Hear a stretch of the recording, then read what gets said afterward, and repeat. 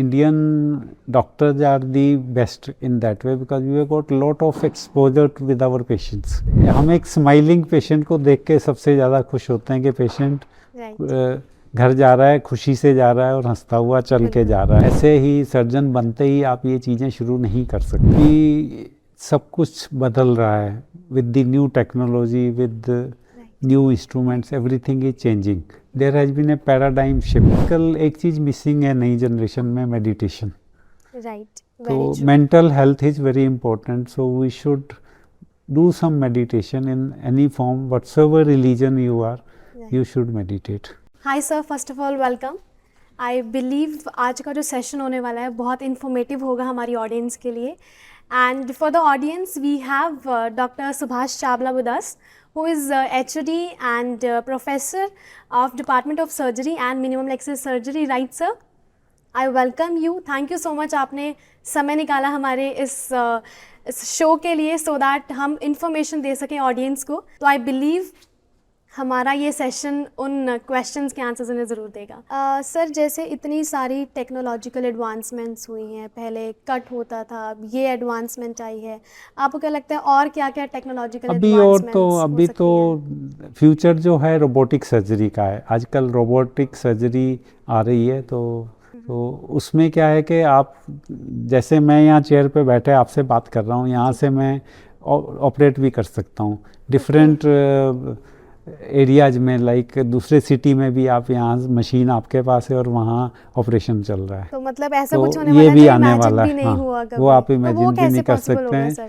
पर उसमें दिमाग क्या है, आजकल AI टेक्नोलॉजी आ गई है. एंड सेकेंडली इंस्ट्रूमेंट्स जो है ना आप यहाँ से कंट्रोल कर रहे हो, वो फ़र्क पड़ता है.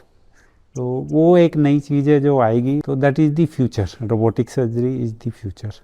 ओके तो मतलब आने वाला टाइम पूरा आने वाला टाइम जो है कि आपने आर्टिफिशियल इंटेलिजेंस एंड सेकेंडली आप इंस्ट्रूमेंट्स को बाहर से कंट्रोल करोगे. आपको पेशेंट के ऊपर खड़े होने की ज़रूरत नहीं है, कुछ करने की ज़रूरत नहीं है.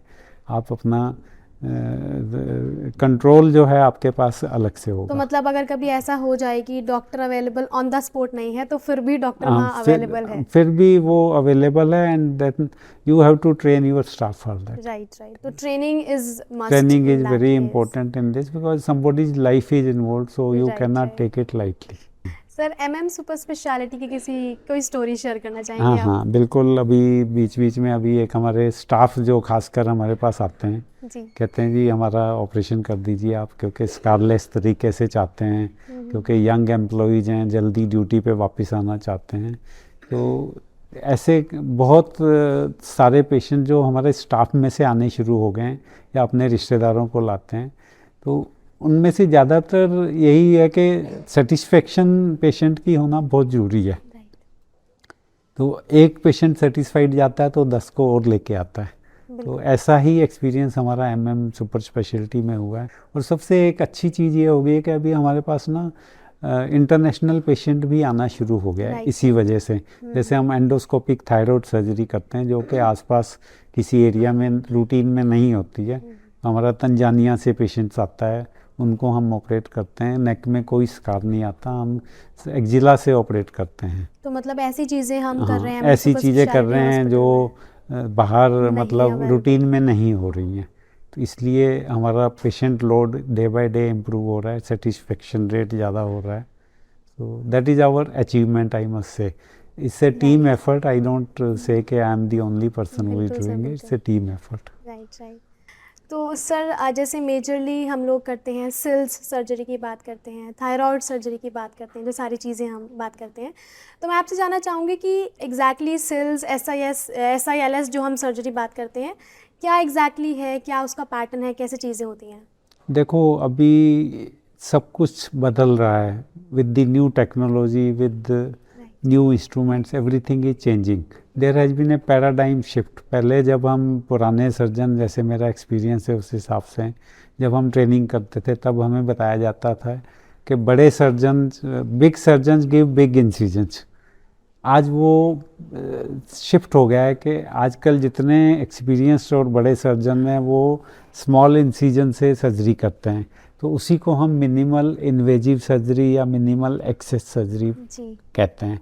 और उसमें एक इम्पॉर्टेंट चीज़ आई है स्कारलेस सर्जरी, जिसको हम SILS भी कहते हैं, single incision laparoscopic surgery. Okay. ठीक है, तो पहले ओपन सर्जरी थी, आजकल लेप्रोस्कोपिक या दूरबीन वाली सर्जरी हो गई है, और उसमें भी रिफाइनमेंट्स आ गई हैं स्कारलेस सर्जरी की।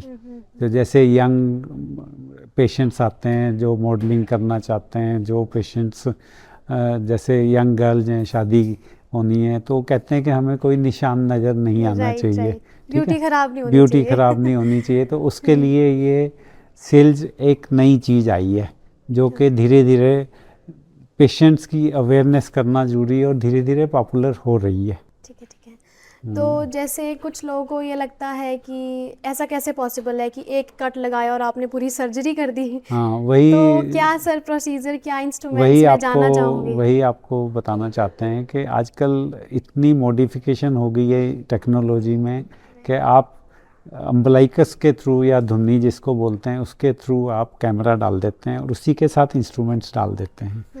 एक तो इसमें सिल्ज पोर्ट भी आती है, जिसमें हम सिंगल इंसिजन पोर्ट बोलते हैं, उसमें 3 छेद बने होते हैं, उसमें हम कैमरा और इंस्ट्रूमेंट डाल सकते हैं। पर इसमें हम जो करते हैं मॉडिफाइड तरीके से करते हैं, या हम एक ही कट में 3 इंस्ट्रूमेंट्स डाल के पूरा ऑपरेशन कर देते हैं। वो आपको मैं फ़ोटोग्राफ शेयर कर दूंगा, वीडियो भी शेयर कर सकते हैं। तो उसमें बहुत ही आसानी से आप गॉलब्लैडर निकाल सकते हैं, अपेंडिक्स निकाल सकते हैं। सर मैं ये भी जानना चाहूँगी, क्या कोई ऐसे रिस्क भी इन्वॉल्व है इस तरह की सर्जरीज़ में कि आपको इंस्ट्रूमेंट पूरा बॉडी में डाल रहे हैं और आपको नहीं पता एग्जैक्टली अंदर क्या है, सिर्फ कैमरास के थ्रू आप देख रहे हैं, तो are there some risks also involved? Yes, there are lot of risks involve, that's why expertise is very important.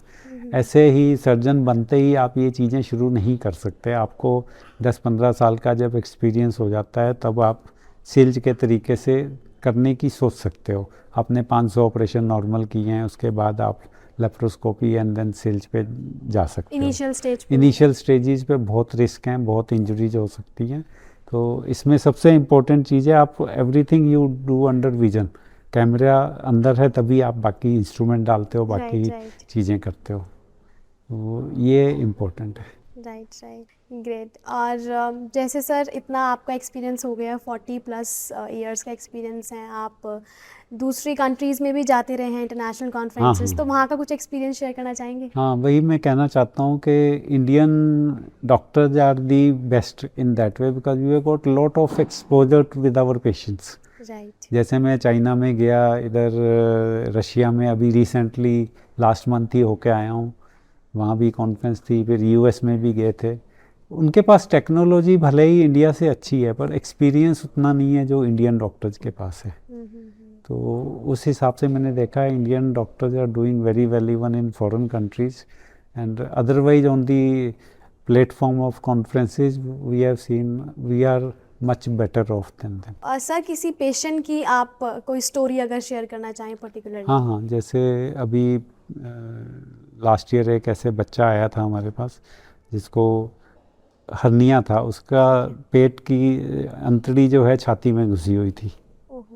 तो हमने उसका सक्सेसफुल ऑपरेशन किया था लेप्रोस्कोपी से, वो भी दूरबीन से पूरा ऑपरेशन कर दिया था। अंदर उसके जो भी छेद था उसके आपको मैं ऐसे समझाता हूँ कि चेस्ट और एब्डोमेन के बीच में एक पार्टीशन होती है, उसको हम डायफ्राम बोलते हैं।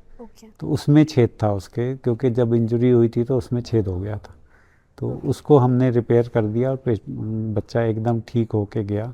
तो वो हमारी सबसे ज़्यादा सक्सेस स्टोरी थी, जो कि बाहर ऑपरेशन किसी ने उसको नहीं किया था।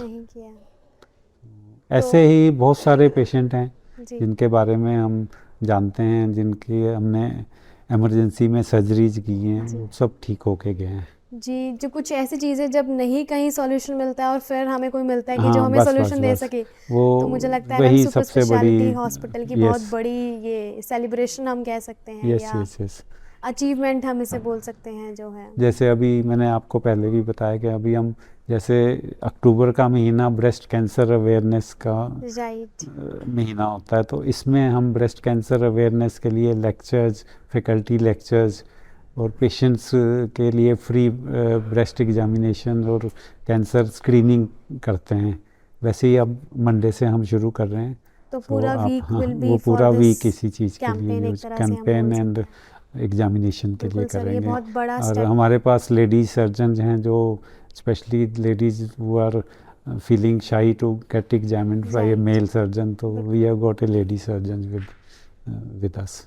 तो मतलब बहुत उन्हें एक्सपोजर या हाँ। उन्हें एक स्क्रीनिंग मिल जाएगी, यस उन्हें एक यस प्लेटफॉर्म मिल रहा है स्क्रीनिंग जहाँ पे मिलेगा, जिसमें किसी को शक होगा तो उसकी फर्दर इन्वेस्टिगेशन Treatment. करके हम कैंसर को अर्ली स्टेज में डिटेक्ट कर लेंगे और उसकी ट्रीटमेंट अर्ली स्टेज में करेंगे तो क्योर हो जाता है 100%। बिल्कुल लेट स्टेज में पेशेंट आता है तो उसका क्योर पॉसिबल नहीं है। चांसेस कम हो ठीक। जाते हैं। तो मुझे लगता है बहुत बड़ी चीज़ है जो आप लोग कर रहे हैं Yes. पेशेंट्स के लिए। तो सर कुछ जनरल टिप्स देना चाहेंगे आप जनरल पब्लिक को, जनरल हम जैसे लोगों को, कि क्या क्या चीज़ें to maintain that healthy life ताकि प्रॉब्लम्स ना हो या देखिए कोई आजकल चीज़ें face ना सबसे इम्पोर्टेंट टिप तो यही है कि हम लोग इतने फास्ट लाइफस्टाइल में आ गए हैं कि अपनी हेल्थ का ध्यान ही नहीं रखते हैं। Right. जंक फूड खाते हैं, तो वी शुड रिड्यूस। मैं ये नहीं कहता कि पार्टी नहीं करें, पार्टी करो, हफ्ते में एक बार करो, एक दिन चीट डे रख सकते हैं, but not daily. Right. You can't eat junk food daily. You must exercise. That is very important. 30 to 40 minutes exercise daily. Right. And once in a while, yes, one can relax one day in a week. But otherwise, you should regularly exercise. Maintain a healthy diet. And उसके साथ साथ थोड़ा ना आजकल एक चीज़ missing है नई generation में, मेडिटेशन। Right. तो Very true. mental health is very important, so we should do some meditation in any form, whatsoever religion you are, Right. you should meditate. बिल्कुल That keeps your mind cool, and उससे क्या है कि आपको mental strength मिलती है। Right. तो फिर आप फिजिकल स्ट्रेंथ चाहिए, मेंटल चाहिए, तो उसके बाद आपका लाइफस्टाइल काफ़ी चेंज होगा, बीमारी कम होंगी।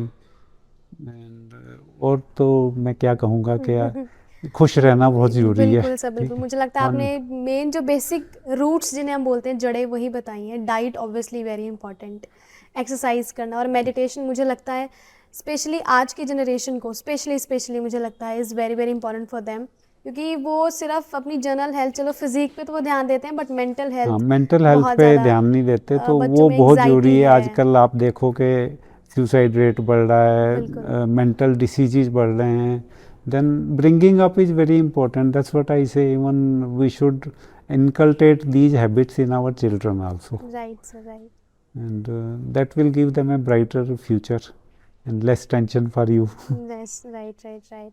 तो मेडिटेशन मुझे लगता है एक बहुत बड़ी चीज़ है जो आपको मेंटली स्ट्रॉन्ग करेगी, डाइट आपको फिजिकली भी स्ट्रॉन्ग कर रही है, Yes. एक्सरसाइज भी। Yes. तो बिना ऑफ कोर्स हम डॉक्टर्स की हमें ज़रूरत फिर भी पड़ती रहेगी कभी कभी, नहीं, बट वो तो एक कम पार्ट ऑफ रहेगा। लाइफ है, but at Right. The same time we should prevent the diseases और report early to the doctor whenever we have got any symptoms. Don't go to quacks, because then you delay your treatment and then land up in complications. Problem, right. तो वो मैं कहना चाहूँगा, और इससे ज़्यादा तो देन मुझे लगता है हमने काफ़ी सारी चीज़ें सर डिस्कस कर ली हैं, और कोई भी जर्नल अगर पब्लिक को कुछ भी, मुझे लगता है बहुत सारी इन्फॉर्मेशन, और जैसे ही ये सेशन आउट होगा मुझे लगता है बहुत सारे क्वेश्चंस के उन्हें जवाब मिल गए होंगे, और जो आपने टिप्स दिए हैं मुझे लगता है वो बेस्टेस्ट टिप्स हैं जो कोई भी डॉक्टर दे सकते हैं बेसिक हेल्दी लाइफ स्पेंड करने के लिए। Thank you so much sir for your time. We are really grateful that you took some time, that important time I must say, आपके busy schedule से। Thank you so much for your sharing news. Thank you, sir. Artu. Thank you for Thank you, sir. inviting me for this talk. Thank you, sir. Thank you so Thank you. much.